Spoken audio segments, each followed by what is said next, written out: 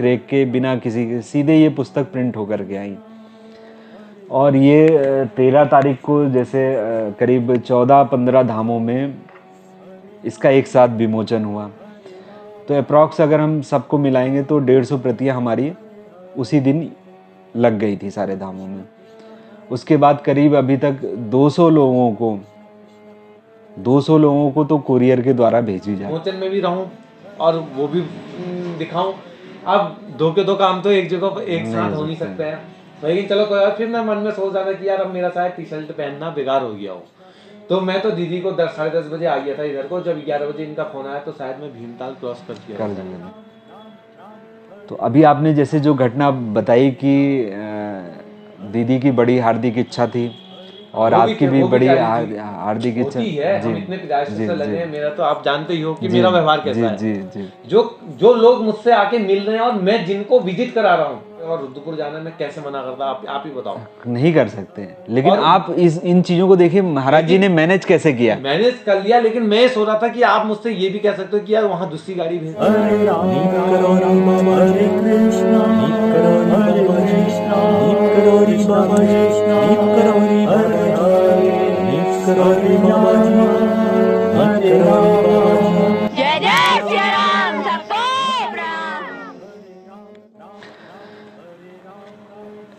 और महाराज, मैंने पहले भी कहा कि ये सारे जो है महाराज जी की कृपा से ही संबंधित रहा, जो उन्होंने इसको बड़े बखूबी अच्छे ढंग से निर्णायक मोड़ तक पहुंचाया। ये पुस्तक जहां प्रिंट हुई है मैंने उनको देखा नहीं है। अच्छा। ना उन्होंने मेरे को देखा है। मैंने उनको मैटर भेजा, उन्होंने फाइनली ये पुस्तक मेरे हाथ में भेज दी। जबकि आप किसी भी पुस्तक को छपाते हैं तो 10 बार आपको चेक करना है, कहीं वो पेपर क्वालिटी में कंप्रोमाइज़ ना कर जाएं, ठीक है, क्योंकि छापने से पहले उन्होंने अपने मूल्य तो फिक्स कर लिया होगा। बट अगर हमने उनका पेपर क्वालिटी नहीं देखा जा करके वो, ठीक है, बाद में उन्होंने कहा प्रिंटिंग में इंक कोई सस्ती यूज कर दी, क्योंकि इंक भी कई तरीके की आती हैं, तो वहाँ से क्या होता है कॉस्ट कटिंग कर जाते हैं प्रिंटर्स। लेकिन मैंने कहा ये तो महाराज जी की प्रेरणा से सारा काम हो रहा और सारी चीज़ें वो स्वयं देख रहे हैं। तो आप ये देखेंगे, आपने तो देखा ही होगा पुस्तक की क्वालिटी और पेपर की क्वालिटी, तो महाराज जी की कृपा के बिना ये संभव हो ही नहीं सकता। बिना किसी देख रेख के, बिना किसी के, सीधे ये पुस्तक प्रिंट होकर के आई। और ये 13 तारीख को जैसे करीब 14-15 धामों में इसका एक साथ विमोचन हुआ। ये भी अपने आप में एक ऐतिहासिक है अभी तक क्षण कि एक साथ इस पुस्तक का विमोचन हुआ और सभी भक्तों ने बड़े उत्साह से उस महायज्ञ को पूरा किया। ये किसी मानव के बस की बात नहीं है। और मैं आपको बताऊं, ये पुस्तक 6 बजे बिजनौर फैक्ट्री से छप करके 6 बजे शनिवार को लखनऊ पहुंची थी। 13 तारीख को मंगलवार था, उससे ठीक पहले वाले दिन की बात बता रहा हूँ। और रविवार की सुबह ये मेरे पास पहुंचा। तो इतने कम समय में इतनी जगह पुस्तक का पहुंचना और सभी जगह मतलब बाखूबी तरीके से इसका विमोचन होना, महाराज जी के चरणों में भक्तों के द्वारा समर्पित करना, एक ये अनोखा मतलब एक अलग ही टाइप का अनुभव रहा है इस किताब को लेकर के। तो इस किताब को आप लोग जरूर पढ़ें और महाराज जी की यदि इच्छा हुई तो इसका द्वितीय संस्करण भी प्रकाशित किया जाएगा। द्वितीय संस्करण के लिए आप अपने अनुभव, महाराज जी की कृपा से संबंधित महासमाधि के जो भी अनुभव है महासमाधि के बाद के, वो आप निश्चित रूप से भेजें ताकि पुस्तक को एक विशाल रूप दिया जा सके, एक महाकाव्य महारचना के रूप में इसको बनाया जा सके। ये तो प्रथम प्रयास था कि पुस्तक को एक रूप में ला करके लोगों भक्तों के सामने रखना कि पुस्तक इस तरीके से ये प्रारूप है, ये महाराज जी की प्रेरणा है। बहुत से भक्तों को पहले ये लग रहा था कि कहीं ऐसा तो नहीं कि जैसे अन्य लोग व्यवसायीकरण कर रहे हैं पुस्तक का, तो इसका भी व्यवसायीकरण होगा। बहुत से भक्तों को ये हमारी तरफ से निःशुल्क भेजा गया है, कभी किसी से सहयोग राशि की अपील नहीं की गई। हाँ, कुछ भक्तों की ऐसी इच्छा थी कि हम सहयोग राशि देंगे और हम इस कार्य में सहभागी बनना चाहते हैं, क्योंकि महाराज जी ने हमें सक्षम बना रखा है, तो ये महाराज जी के कार्य में हमारा एक छोटा सा प्रयास है, एक आहुति है, ताकि उन भाई बहनों तक भी ये पुस्तक पहुंच सके जो किसी कारणवश, आजकल देखिए कोरोना काल है, महाराज जी के सभी भक्त सक्षम रहेंगे, लेकिन कोरोना काल में कई बार कई अन्य चीज़ों की बाध्यताएं हो जाती हैं, तो ये निःशुल्क भी उपलब्ध है भक्तों के लिए। आप विजय जी से मेरा नंबर ले सकते हैं, डायरेक्ट आप मुझे अपना नाम, पता, पिन कोड, मोबाइल नंबर के साथ में व्हाट्सएप करिए, आपको पुस्तक भेजी जाएगी। हालांकि हमने अभी प्रथम संस्करण में 500 प्रतियां छपवाई थी, जिसमें से अप्रॉक्स 150 प्रतियां हमारी विमोचन वाले दिन में ही यूज़ हो गई थी, जो 14 धामों में भेजी गई थी अलग अलग जगह। कहीं पे 25-30 पुस्तकें भेजी गई थी, कहीं पे 10-11 पुस्तकें भेजी गई, कहीं 5 भी भेजी गई। तो अप्रॉक्स अगर हम सबको मिलाएंगे तो 150 प्रतियां हमारी उसी दिन लग गई थी सारे धामों में। उसके बाद करीब अभी तक 200 लोगों को तो कुरियर के द्वारा भेजी जा चुकी है, और करीब 100 लोगों को हमने बाई हैंड, कुछ लोग यहाँ से भी आकर के ले गए, कुछ लोगों तक हमने बाई हैंड भी पहुँचवा दिया। तो अब मेरे ख्याल से पहले संस्करण में हमारे पास 40-50 प्रतियां शेष हैं, तो इसलिए अगर किसी को चाहिए तो वो अति शीघ्र अपना मैसेज भेजे।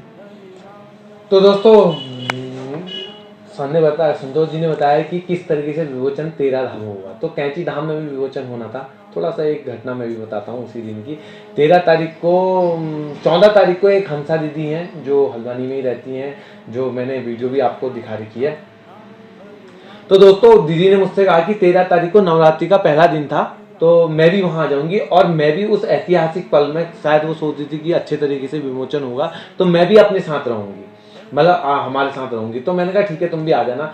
तो 10:30 का शायद टाइम दिया था, हाँ 10 बजे का टाइम दिया था मेरे ख्याल से, 10 से 11 बजे के बीच में। यहाँ विनोद जोशी जी ने बोला था कि आप इस समय आ जाना। हाँ, तो 10-10:15 बजे का टाइम दिया था, और मेरे को भी, मैंने भी वहाँ पर बोल दिया था कि यार मैं 10:15 बजे, तो दीदी ने मुझसे बोल दिया था कि यार मैं भी पहुँच जाऊँगी। तो हुआ ये कि मैं तो समय पे पहुंच गया था, तो थोड़ा सा, तो आप 11 बजे पहुंचे शायद। हाँ, अब क्योंकि ट्रैवलिंग में आइडिया नहीं रहता कि कितना समय लगता है। कई बार जाम, रानी बाग में आजकल पुल बन रहा है तो वहाँ पे बहुत ज्यादा जाम लग रहा है। हाँ। तो वहाँ पे करीब हमें 25-30 मिनट वहाँ ही लग गए जाम में। इस वजह से वो थोड़ा टाइमिंग मिसमैच हो गई। और इधर क्या हुआ, इधर जब मैं कैंची धाम पहुंच गया, जब मैं घर में तैयार हो रहा था ना, मैं उस दिन भगवान बाबा जी की कृपा से मैं अपने घर चले गया था रामगढ़, क्योंकि मैं कारू धाम में रह रहा था। तो मैं तो उस दिन मैंने विमोचन के लिए जीन्स से तो धुली हुई थी, टी शर्ट मैंने नहीं निकाली थी टी शर्ट नहीं निकाली थी। मैंने कहा विमोचन में आएगी, जरा फोटो अच्छी आएगी, अब वीडियो में बनाता ही हूँ, तो मैंने कहा कैंची धाम में थोड़ा वीडियो भी बना लूंगा। लेकिन जब मैं कैंची धाम पहुंचा तो दीदी ने मेरे को बताया कि जीजा जी की तबीयत ठीक नहीं है और रुद्रपुर उनको दिखाना है, और 10:30 बजे हम यहाँ से चले जाएंगे। तो अब मेरा मन हो रहा है कि यार कि मैं विमोचन में भी रहूं और वो भी दिखाऊं। अब दो के दो काम तो एक जगह एक साथ हो नहीं सकते हैं, लेकिन चलो कोई बात। फिर मैं मन में सोच रहा था कि यार अब मेरा शायद टी शर्ट पहनना बेकार हो गया हो, तो मैं तो दीदी को 10-10:30 बजे आ गया था इधर को। जब 11 बजे इनका फोन आया तो शायद मैं भीमताल क्रॉस कर दिया, मैंने आपको बताया। तो मेरे को बुरा भी लग रहा था कि यार संतोष जी बुरा मान जाएंगे कि यार इतना बड़ा था, आज समझ नहीं आया। लेकिन परिस्थिति, मैंने फिर जीवन दीप हॉस्पिटल है रुद्रपुर में, तो वहां जाके मैंने फोटो भी भेजी थी। तो जब मैं वहां से आ रहा था तो मैंने फोन किया, तो मैंने कहा यार कि आप कहाँ हो। मैं सोच रहा था कि यार मैं उनको छोड़ के मैं ऑफिस में आके किताब ले लूं, क्योंकि उसमें मेरा भी घटनाक्रम छपा हुआ है। एक होती है ना जिज्ञासा। जी जी। अगर आप मुझसे कहते कि इतवार को, आप कितनी तारीख को मिल गई थी आपको किताब?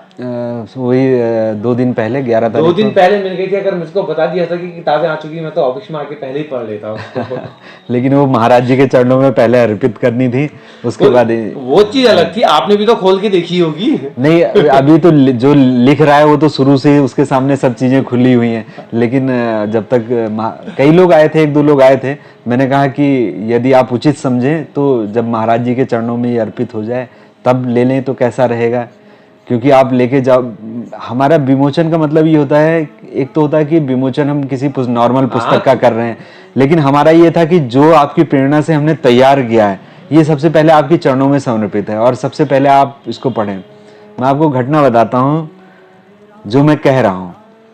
जब हमने वहाँ पे कैंची मंदिर में जोशी जी आए, उन्होंने आरती वारती कराई और सबसे पहले उन्होंने गुरु महाराज की वंदना की, उनका आह्वान किया और उसके बाद उन्होंने हनुमान चालीसा का पाठ किया। तो मंदिर में जितने लोग थे सारे लोग वहीं आ गए और सभी लोग हनुमान चालीसा का सस्वर पाठ करने लगे। पूरा विधिवत तरीके से महाराज जी के चरणों में अर्पित रखी गई पुस्तक, प्रसाद रखा गया, सब कुछ किया गया। फिर बाहर पुस्तक मंगाई गई।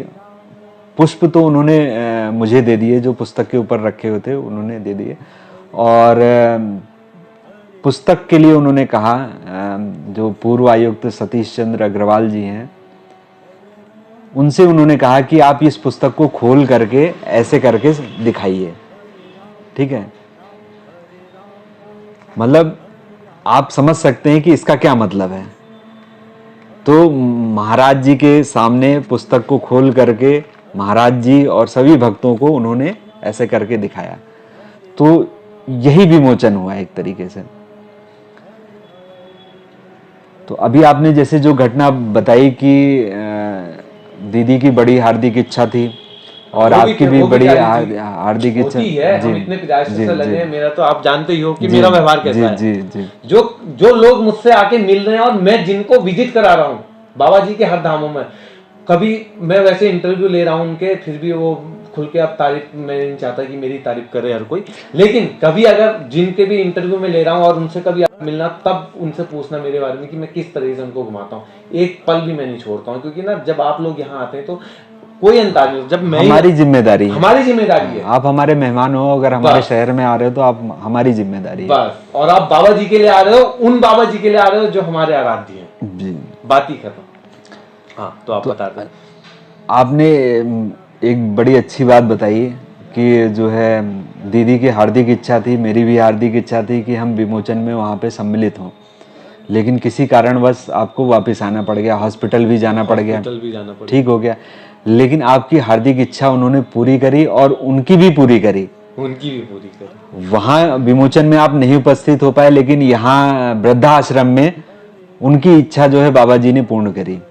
वो विमोचन में रही, पूरा जैसे उनकी इच्छा थी कि मैं विमोचन में रहूं तो विमोचन में रही, जबकि कोई ऐसा प्रोग्राम नहीं था और ना आपके आने की कोई वहां पे मतलब पहले से था कि आप आओगे। वहां पे आना तो फिक्स था, लेकिन कैंची धाम में आने का फिक्स था ना, वहां उस जगह पे आना तो फिक्स था। रुद्रपुर से जब वापस आ रहे थे कि आप मेरे से मिलना चाह रहे थे, लेकिन आपको विमोचन में देखिए बाबा जी ने पहुंचा दिया। यही इच्छा थी, उनकी भी इच्छा थी, दीदी की भी इच्छा थी। और उनके जो हस्बैंड थे, जो जीजा जी थे, वो भी वहां उस वक्त पहुंच गए थे। जब मैंने रुद्रपुर से चला था तो फोन किया, उन्होंने बोला कहाँ हो। मैं सोच रहा था कि मैं दीदी के साथ ही आपके ऑफिस में आके ही किताब ले लूंगा। आपने विमोचन का तो नहीं सोचा था ना? विमोचन का नहीं सोचा था मैंने बात, और ना उन्होंने सोचा था ना उन्होंने। लेकिन मैंने बाबा जी से जरूर बोला था कि यार मैं वहां भी, क्योंकि अब दीदी बोल रही कि यार तेरी जीजा जी की तबियत खराब है और रुद्रपुर जाना, मैं कैसे मना करता, आप ही बताओ। नहीं कर सकते, लेकिन आप इन चीजों को देखिए महाराज जी ने मैनेज कैसे किया। मैनेज कर लिया, लेकिन मैं सोच रहा था कि आप मुझसे ये भी कह सकते हो कि यार वहां दूसरी गाड़ी भेज दे। अब मैं कहे से कहूँ दीदी से कि तो दूसरी गाड़ी लेके जा। नहीं, ये जो तो काम मैं कर सकता हूँ वो काम वो दूसरी गाड़ी वाला कर सकता है। एक अपना लगाव भी होता है ना किसी के प्रति, हम उसे कैसे छोड़ सकते हैं। यहाँ पर तो ऐसा भी नहीं कि मैं दीदी से पैसे ले रहा हूँ, मैं तो एक दीदी, अब तुम्हें क्या बताऊं, जितने भी लोग आते हैं ऐसा रिश्ता बन चुका है कि पूछूंगा कि ये लगाव हो जाता है। हाँ, लगाव जब जहाँ पे हो जाता है वहां पे फिर ये सब चीजें नहीं देखी जाती कि किसी दूसरे से हम बोल दें। अगर वो कोई परेशान है तो उसे हमें ही देखना पड़ेगा, ना कि हम वो अपना कर्तव्य किसी दूसरे के ऊपर डाल दें। तो दोस्तों, किताब आ चुकी है और एक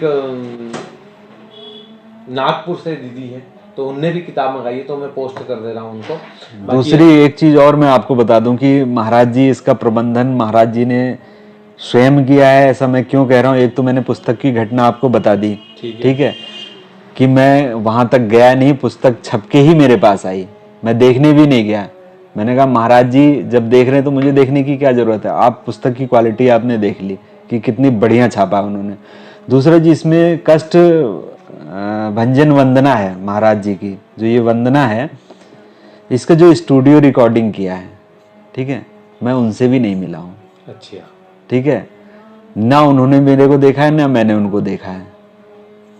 जो इसकी गायिका हैं पंचमी गोस्वामी जी, तो आप हमारे साथ तो हो ही रहा है ना हमने बाबा जी देखे हैं ना बाबा जी ने हमने को देखा है। काम तो शुरू से एक छोटी सी मेरे को कहानी याद आ गई, थोड़ा सा आपको मैं बता देता हूँ कि अर्जुन से श्री कृष्ण ने बोल दिया कि फूल, तो कोई फूल था शायद, को तोड़ के ले आ करके, तो अर्जुन फूल तोड़ने गया, उसके पहरे पे शायद हनुमान जी बैठे हुए थे, तो फूल जैसे ही तोड़ता हनुमान जी बोले अर्जुन से कि यार कौन है, तो उसने कहा मैं अर्जुन हूँ, क्या कर रहा है, फूल क्यों तोड़ रहा है, चोर क्यों रहा है, मतलब पूछ क्यों नहीं रहा है, तो उन्होंने कहा मैं क्यों पूछूं ये वो। तो हनुमान जी ने पूछा कहाँ से आया, उसने बोला मैं यहाँ से आया हूँ। उसको किसके लिए फूल ले जा रहा है, उसने कहा श्री कृष्ण के लिए फूल ले जा रहा हूँ। तो हनुमान जी बोलते हैं तोड़ ले तोड़ ले। तो अर्जुन बोलते हैं यार तो ऐसे कृष्ण का नाम सुन के तोड़ ले की बोल रहा है। तो हनुमान जी बोलते हैं अरे जिसके लिए फूल ले जा रहा वही चोर है। तो चोरी का फूल ही तो चढ़ेगा उसको। तो ये बहुत लंबी कहानी है, थोड़ा सा मैं बता देता हूँ आपको कि फिर उसके बाद हनुमान जी ने पुल वुल बनाया था, कुछ उस तरीके से वो हुआ था। तो इसके बाद यही सब चीज हो रहा है, हमने देखे नहीं है और आपने भी देखे, तो और किताब के साथ भी सारी घटनाएं वही चल रही है। आगे को बढ़ ही नहीं रही थी वंदना, मैं कितना लिखने की कोशिश करता लिख ही नहीं पाता। फिर अचानक से एक दिन जब मैं बहुत परेशान हो गया तो खुद ही प्रेरणा हुई कि 40 साल लिख क्यों रहे हो, कर लीजिए स्वीकार, देकर वर स्नेह का कर दीजिए भवपार। जिस दिन ये 4 लाइनें, शुरू की 2 लाइनें और 4 लास्ट की 2 लाइनें जब इस वंदना में ऐड करके मैंने उनको भेजा, उसके का फोटो बना हुआ है, ठीक है, वो सम्मान करे। देखो हमारे देने का उद्देश्य है। और उसके बाद मैंने भी आपको तस्वीर दी, मैं सारे भक्तों को जो आ रहे हैं मैं एक तस्वीर दे रहा हूँ। लेकिन उसमें जरा एक चीज और आ रही थी कि मैंने अपनी जो तस्वीर जो अब बना रखी बाबा जी की, बैठे हुए बाबा जी हैं, तो उसमें नीचे से अपनी तस्वीर भी छोटा गोल में बना रखी है। एक मिनट, जो आपने बोला ना भक्ति कैद कर ली है, एक ने बेताल घाट में क्रेशर का वो करा, क्रेशर खोली, तो फेसबुक में डाला जिस दिन उद्यापन हुआ, तो उसके फेसबुक में कमेंट था एक और खनन माफिया का जन्म। यूट्यूब चैनल चल रहे हैं अच्छे लेवल के,